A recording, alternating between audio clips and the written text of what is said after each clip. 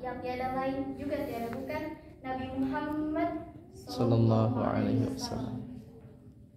Hadirin yang saya banggakan, di suatu ketika Nabi Sulaiman alaihissalam pernah ditawari oleh Allah 3 pilihan, yang diantaranya ilmu, harta, dan juga tahta.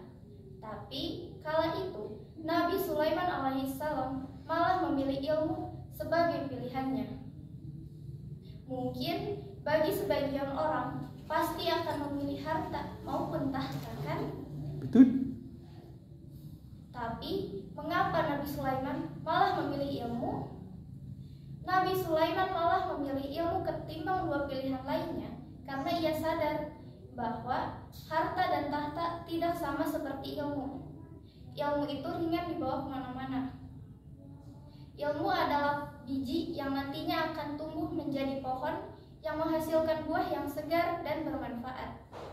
Ilmu adalah cahaya yang akan menghilangkan duri dan menerangkan jalan menuju tujuan, sehingga kita tahu mana jalan yang benar dan mana yang salah, mana jalan ke surga dan mana jalan ke neraka. Selain itu, ilmu juga akan mengangkat derajat orang-orang yang menuntutnya, seperti yang Allah katakan dalam surat Al-Mujadalah ayat 11 yang berbunyi, A'udzu billahi minasyaitonir rajim. Yarfa'illahu alladhina utul ilma. Yarfa'illahu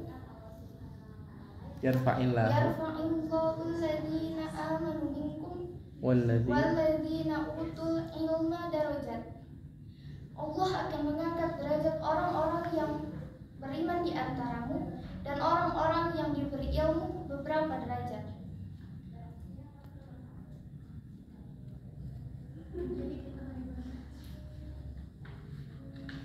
Jika misalnya kita beribadah kepada Allah dengan menggunakan ilmu, maka insya Allah ibadah yang kita kerjakan itu akan diterima oleh Allah.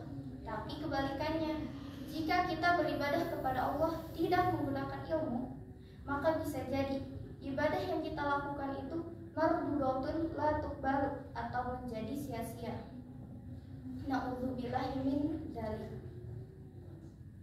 Imam Syafi'i pernah berkata bahwa Rasulullah SAW bersabda, barang siapa yang menginginkan kebahagiaan dunia, maka hendaknya dengan ilmu, dan barang siapa yang menginginkan kebahagiaan akhirat, maka hendaknya dengan ilmu.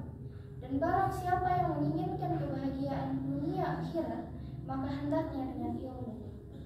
Maka dari itu, jika kita menginginkan kebahagiaan baik di dunia maupun di akhirat, maka marilah kita semuanya lebih semangat lagi dalam menuntut ilmunya Allah. Mungkin cukup sekian yang dapat saya sampaikan.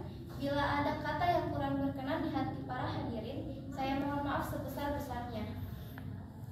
Karena